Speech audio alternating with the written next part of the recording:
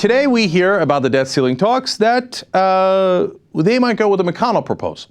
Now, first when I hear it's from Mitch McConnell, I think, oh, we're in trouble. Okay, and here comes the Democrats agreeing to a McConnell proposal. But then I read in the media that, oh my God, McConnell's actually giving in. And you saw when he went on the Laura Ingraham show and said, look, if we don't raise the debt ceiling, then we will also be blamed for the bad economy. And in reality, we only want to blame Obama for the bad economy, so we will lift the debt ceiling. Now, what was it that I told you from day one? I told you the Republicans work for the Chamber of Commerce and for Wall Street. They will lift that debt ceiling no matter what, because their corporate bosses told them to. The rest of it is theatrics and games and politicking, and for good reason, because they want to get as much spending cuts, et cetera, as possible, and they think the Democrats will give it to them. So, but the media spun this as McConnell is capitulating and he's done, Obama walks away with a victory. And if all we got was lifting of the debt ceiling and no spending cuts, no nothing, that is a victory for Obama.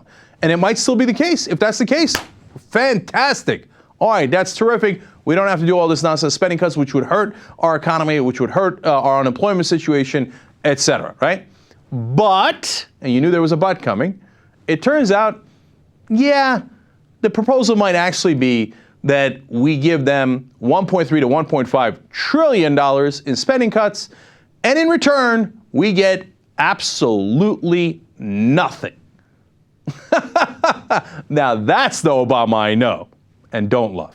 Okay, and if you weren't sure, and I wasn't, I was like, come on, really? That's the final solution? That we get $1.5 trillion in spending cuts and no revenue increases? Why would Obama agree to that, except for the fact that he's Obama? And he will take that would be a 100% loss. He would take that 100% loss and declare it a victory. In fact, that's the road that we're on.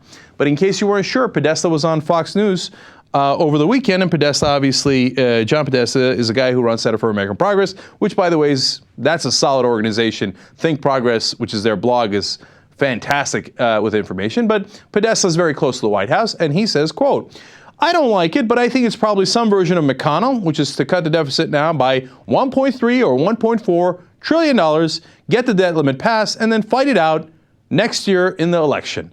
President Obama will frame it, and Republicans can answer. What's he going to frame it with? I'm going to frame it that I gave them $1.3 to $1.4 trillion in spending cuts, and in return I got bupkis. And that's a victory for me. Here it comes. The total collapse, as we, of course, have been saying all along.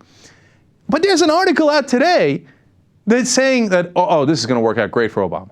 That people at the White House and people in Washington, some of the analysts, think that, well, Obama will seem so reasonable, and this is the strategy that Clinton used, back when he was in charge in the government shutdowns in '95, '96, et cetera, and it will help him to win as it did in '96, and because all Obama has to do is look reasonable. Well, yeah, but under that theory, then you would take any deal the Republicans give you, which is in effect exactly what they're planning to do. But that's not reasonable. That's terrible. That's horrible negotiation, and that's pathetic weakness.